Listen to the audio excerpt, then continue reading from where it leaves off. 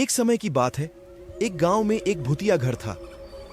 गांव के लोगों का कहना था कि उस घर में एक भूत रहता है और जो भी उस घर में जाता है वह वापस नहीं आता है। एक दिन गांव के कुछ लड्डच जो शराब पीकर नशे में थे, उन्होंने उस भूतिया घर में जाने का फैसला किया। वे यह साबित करना चाहते थे कि वे उस घर से नहीं डरते हैं। वो लड्डच उस घर में घुस गए। घर के अंदर बहुत अंधेरा था।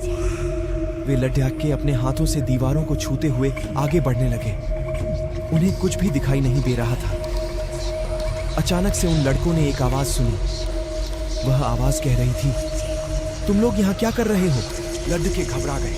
वे पीछे मुड़कर भागने लगे, लेकिन उन्हें रास्ता नहीं मिल रहा था। वे घर के अंदर ही चक्कर काट रहे थे।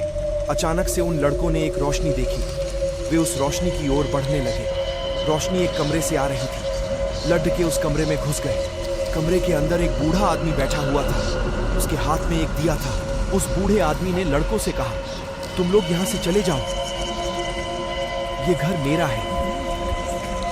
वो लड्डच के उस बूढ़े आदमी की बात सुनकर डर गए। वे सब उस कमरे से भागने लगे। लड्डच के घर से बाहर निकले और भागते हुए गांव में पहुंचे। उन्होंने गांव वालों को उस घर में हुए भयानक हादसे के बारे में बताया।